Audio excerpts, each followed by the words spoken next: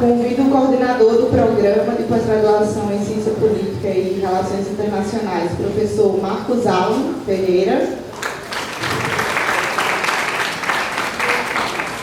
Convido a compor a mesa o chefe do Departamento de Ciências Sociais, professor Aécio Amaral. E, por fim, o professor que está na tarefa, árdua tarefa da coordenação geral do evento, o professor Arquives.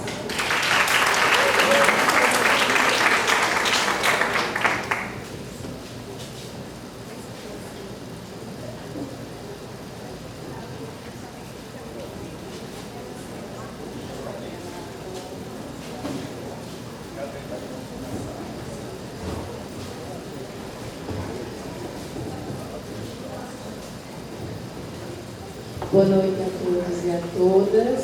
Eu quero, em nome do CCHLA, dizer da alegria de ver um evento deste, agradecendo logo ao professor Artigas. Parabéns, Artigas, pela ação. Parabéns a todos os professores aqui, a todos os alunos, alunas, professoras, todos que estão participando, aos convidados, nossas boas-vindas ao CCHLA.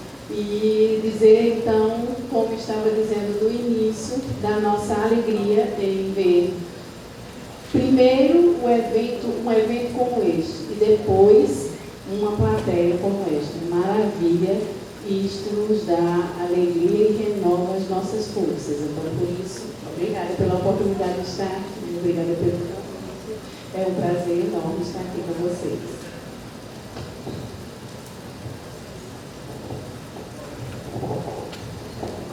Bom, boa noite a todos. Bom, em nome do Programa de Mestrado em Ciências e Relações Internacionais, é uma grande satisfação também estar como apoiador desse evento, né, que na pessoa do professor José Artigas, que é membro do programa, traz a discussão tão importante de repensar sobre a questão política brasileira, como é tão fundamental em momentos difíceis como vivemos, né? Olhando a programação do evento hoje e vendo quanta gente capaz, né, e assim que está na fronteira desse aprendizado, eu até lembrei num momento da minha graduação, logo quando eu estava começando a iniciação científica, que eu queria fazer uma iniciação científica em Relações Internacionais, e o meu orientador ele falou: bom, você, antes de começar Relações Internacionais, qualquer coisa, vá lá ler Caio Prado Júnior, Celso Furtado, entre outros, e depois você fala comigo de iniciação científica, né? Hoje, olhando em perspectiva, 20 anos depois, eu vejo quão importante foi essa dica dele, porque realmente, para a gente pensar ciência política no Brasil, o primeiro de tudo é conhecer o que o Brasil pensa de política.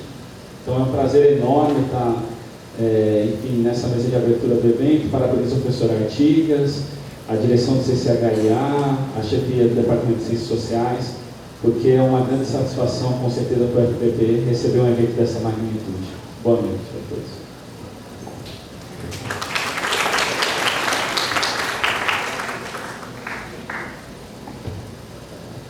Boa noite. Bom, em primeiro lugar, gostaria de agradecer o convite que foi feito ao professor Artigas para que eu compusesse aqui a mesa, representando o Departamento de Ciências Sociais. Então, saúdo a professora Mônica e o professor Marcos Alan, e, claro, o professor Artigas, ao mesmo tempo em que o parabenizo por toda essa organização.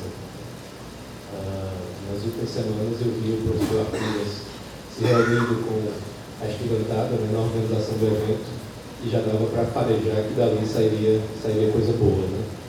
E parece que a expectativa se confirma.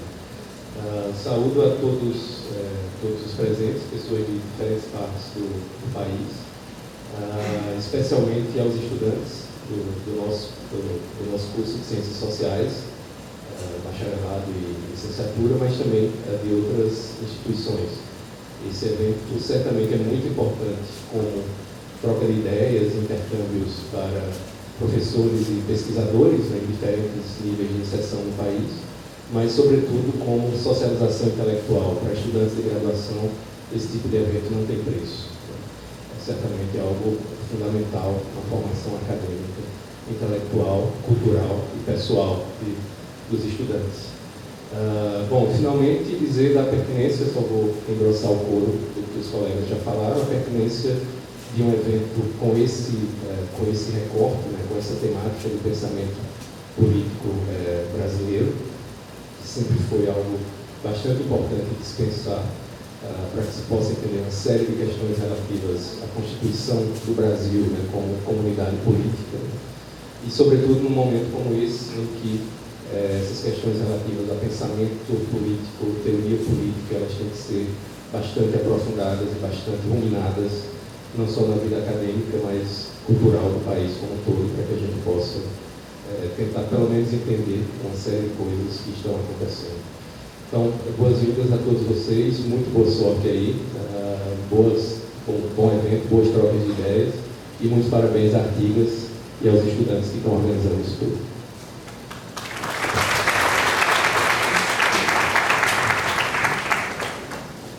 Boa noite a todas e todos, é uma satisfação poder estar aqui com todos vocês, com todos os convidados. Agradeço especialmente a professora Mônica, que sempre nos deu um grande, enorme apoio através do CCHLA para que esse evento estivesse sendo realizado da forma como está acontecendo. As coisas estão funcionando e esperamos sinceramente que continuem a funcionar até o último minuto da sexta-feira. Agradeço ao professor Marcos Alain, coordenador da nossa pós-graduação, que também, ao lado do departamento, e também agradeço ao professor Aécio, foram fundamentais para a organização e operacionalização de inúmeras demandas que surgem na organização de um evento como esse. Um evento que ganhou uma amplitude bastante plural e nacional.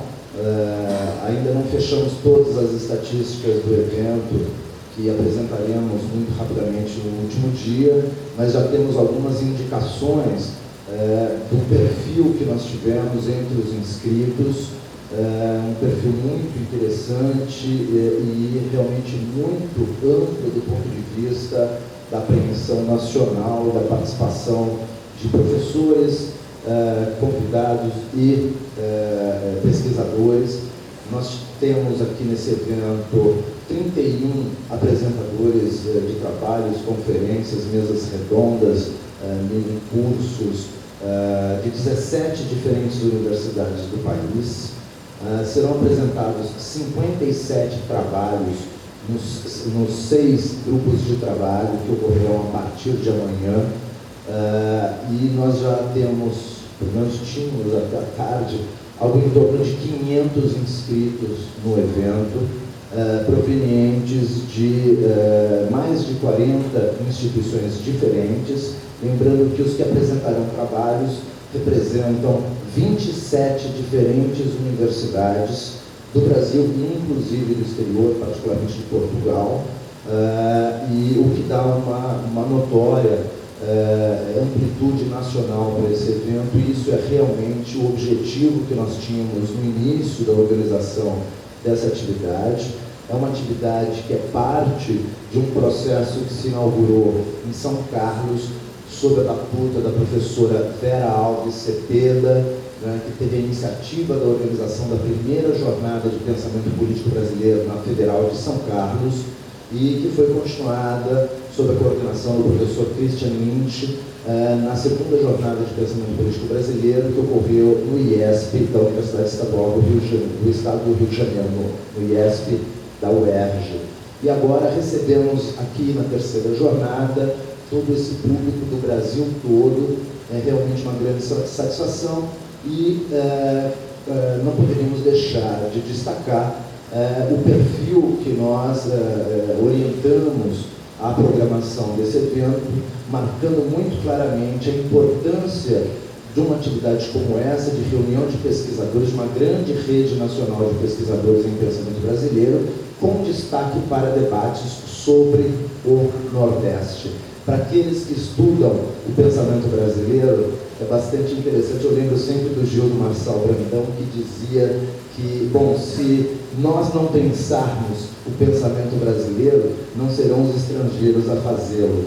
E eu parafraseio o Gildo, o saudoso Gildo Brandão, dizendo que se nós não pensarmos no Nordeste, outros não o farão. Por isso, a nossa obrigação, mais do que discutir o pensamento brasileiro, consolidar uma rede de pesquisa neste campo, é também trazer para o Nordeste pesquisadores do mais alto gabarito, inserindo e promovendo o diálogo institucional, interinstitucional, acadêmico, intelectual, que certamente só pode nos trazer muita riqueza, especialmente para os nossos estudantes. Eu queria destacar também a iniciativa da organização do evento em estimular bastante a participação, não apenas dos pesquisadores, pós-graduandos e professores que estão participando das diversas atividades, mas também dos graduandos, né, no sentido de estimular uma participação mais efetiva dos graduandos e uma aproximação com o campo do pensamento político brasileiro. E aí fizemos muitas gestões no sentido de estimular a participação dos estudantes, por exemplo, uma grande participação de apresentação de pôsteres para graduandos, que terão um tempo muito diferente daquele geralmente dedicado a estudantes de graduação nos grandes eventos do país. Os apresentadores de pôsteres terão praticamente o mesmo tempo que os outros pesquisadores para apresentar seus trabalhos. Conseguimos também alternativas de alojamento gratuito, com muito apoio do centro acadêmico, do DCE, com muito apoio dos estudantes que compõem a comissão organizadora, dos monitores e principalmente do nosso grupo de pesquisa, o Ariadne, o grupo de estudos e pesquisas em pensamento político e social brasileiro. A todos e todas que estão aqui e que contribuíram para que esse evento estivesse acontecendo da forma como está acontecendo, tudo está funcionando, eu peço um grande agradecimento. Agradeço a todos e todas. Sem vocês, nada disso estaria acontecendo. Eu sou apenas um catalisador que permitiu que todos esses estudantes e pesquisadores, jovens que nos auxiliaram a organizar esse evento, que realmente tem sido bastante. Esse primeiro dia já foi realmente ilustrativo da importância, da relevância desse tipo de atividade, não apenas para o campo de pesquisa do pensamento brasileiro, mas também e principalmente para o Nordeste e para a nossa querida Paraíba. Eu gostaria finalmente de dizer boas-vindas a todos os que vieram de outros estados do país, de outras universidades. Sejam muitíssimo bem-vindos e não percam as atividades de amanhã e de sexta-feira, porque nós ainda temos muito o que debater, discutir, dialogar e trocar ideias. Então, aproveitem ao máximo o evento e vamos à nossa conferência de abertura, porque isso realmente é que importa. E a conferência de abertura será proferida pelo professor Christian Edward Cyril Lynch, da Universidade do Estado do Rio de Janeiro, do IESP, da UERJ. Então, agradeço a todos os professores, ao departamento, ao programa de pós, ao CCHLA e a todos vocês que fazem esse evento. Muito obrigado.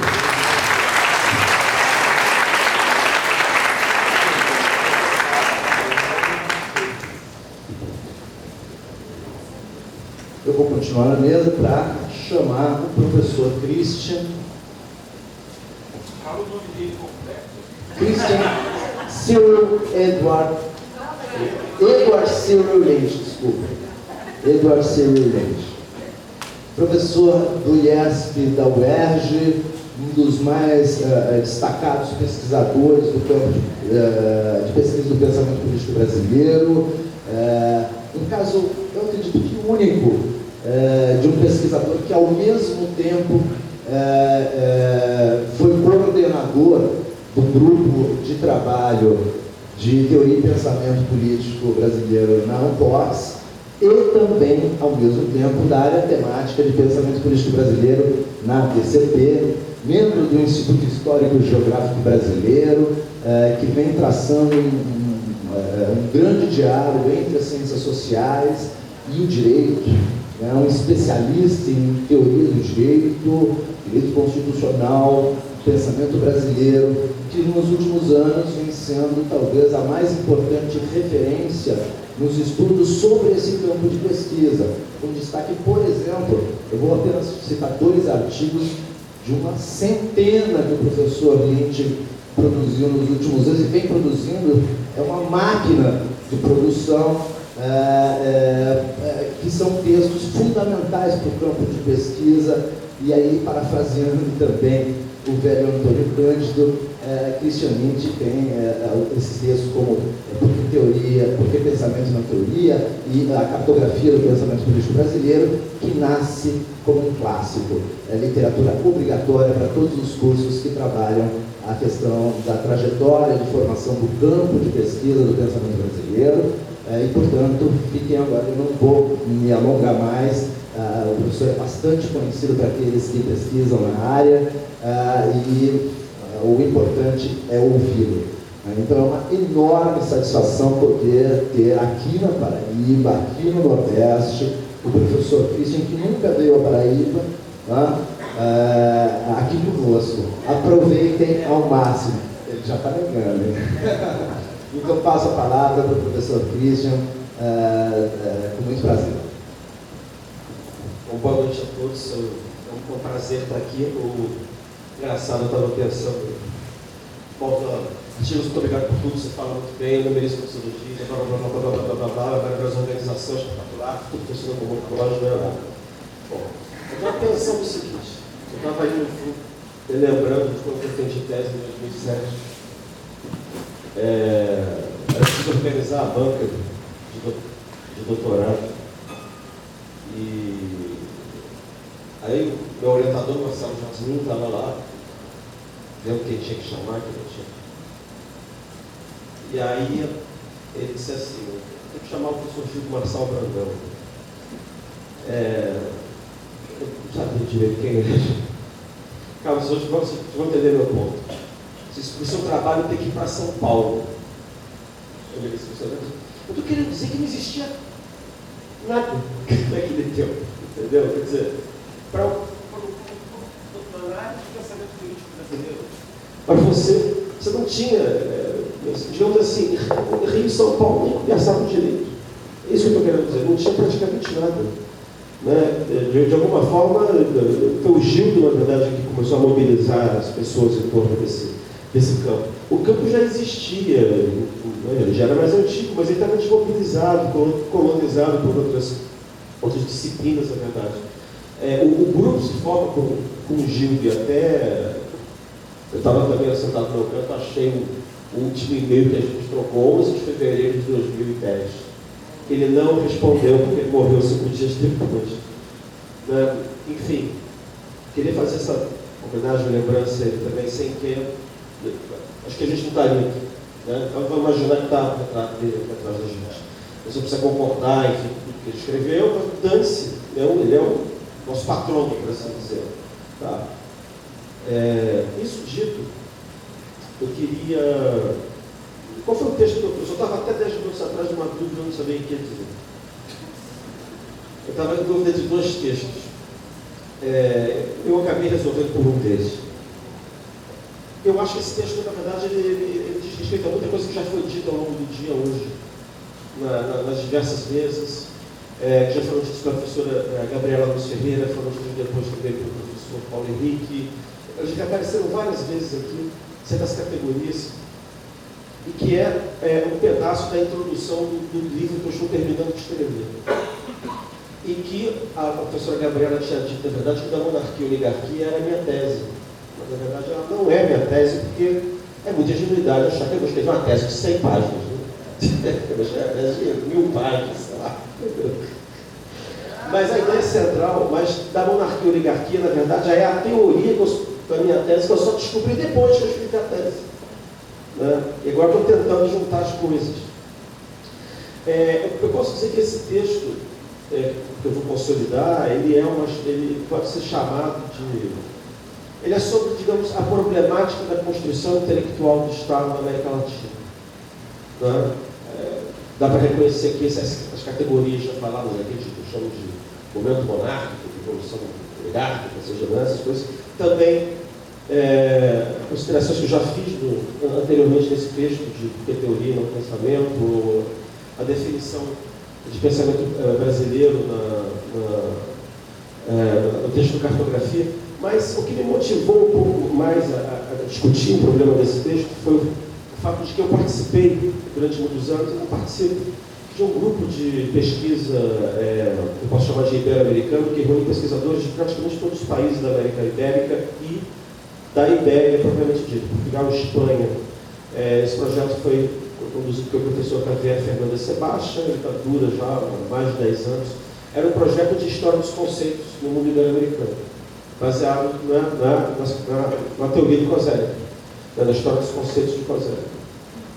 E, digamos assim, o primeiro impulso do grupo foi adotar uma categoria que, enfim, um pouco polêmica, mas enfim, do Koselleck, que se chama Zapping Sites. Não sei se vocês já ouviram falar. É uma espécie de... Seria um século no qual você tem a modernização do vocabulário político. Você cria um vocabulário político moderno. O vocabulário político moderno é um vocabulário político liberal. Tá? E o Saidão, então, supostamente, ele vai de 1750 a 1850. Aí a gente foi fazer um dicionário. Então, você tinha pesquisadores de cada país da América Latina e da Portugal e Espanha, que foram pegando textos considerados, conceitos considerados básicos, república, democracia, não sei mais o quê, e procurando ver as transformações que o conceito sofreu ao longo desse tempo, de 1850 a 1750 a 1850. E aí o negócio começou a parecer problemático, porque, digamos assim, as mudanças que os conceitos sofriam aqui não pareciam iguais às mudanças que sofriam na Europa, isso é previsível. Mas o segundo volume a gente teve que repassar, digamos, para 1770 para 1870. Então houve um certo reconhecimento de que não havia, digamos assim, uma certa concomitância. Né? E foi a partir da tentativa de pensar o que seriam os Zapping na América Ibérica que eu escrevi esse texto. Tá? O que seria, que momento seria esse de criação do microfone que funciona? Não. Então, na verdade, a questão é essa mesmo, né? A questão da problemática da construção intelectual do Estado na América Latina, na América Ibérica. Tá? Pensado como inseparável da própria ciência política, a história constitucional gozou de grande prestígio no século XIX. Desde a antiguidade acreditava-se que a história constituía parte inseparável daquela velha arte de governar os povos, articulada em torno do conceito de prudência. Nessa qualidade, ela era, conforme o célebre Brocardo de Cícero, mestra da vida em geral e do estadista em particular. A partir da segunda metade do século XVIII, impulsionada pelo movimento ilustrado, a história se renovou com a emergência do liberalismo. Ela se tornou um lugar por excelência onde saberes como a filosofia moral, o direito constitucional e das gentes e a economia política poderiam ser articulados de modo a produzir uma narrativa que explicasse as transformações sofridas pelas sociedades europeias desde os seus primórdios. A precedência geral conferida à Inglaterra como pioneiro do processo de civilização resultou em uma extensa historiografia que, pressupondo a exemplaridade da sua trajetória constitucional, identificando similitudes e diferenças por meio do comparativismo, nela buscava subsídios para que outros países pudessem aperfeiçoar as próprias. Esse foi o ponto de fundo da maioria das histórias constitucionais elaboradas ao longo do século nos países de influência da cultura europeia. Nem por isso o saber histórico herdado da antiguidade clássica foi deslocado de sua antiga centralidade. Ela coabitou com as novidades do liberalismo, havendo na prática uma fusão de dois registros. A emergência de uma consciência histórica moderna não bastara para renegar o conhecimento do passado e o modo de pensar a história como mestre da vida. Até porque a formação humanística continuava valorizada e o liberalismo nascente apresentava afinidades com os regimes greco-romanos da antiguidade. Os modelos clássicos dos políticos continuavam a ser localizados naquele tempo, a começar pelo próprio Cícero. Uma vez que a política permanecia, como na antiguidade, compreendida como uma ciência prática, a ser manuseada por uma elite de homens cultos, patrióticos e experimentados, as melhores ou mais exitosas histórias constitucionais eram aquelas saídas da pluma de políticos, como Lord Macaulay, na Grã-Bretanha, François Guizot e Adolphe Thiers, na França, Alexandre Fulano em Portugal e no Brasil, por que não, Pereira da Silva e Joaquim Nabuco.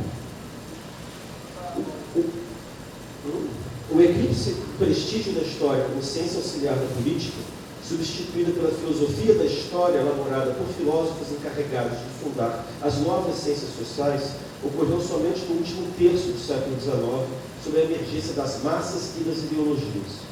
A radicalização da nova consciência histórica rompeu de vez as mediações com o passado anterior ao iluminismo, que haviam sido estabelecidas pelo liberalismo.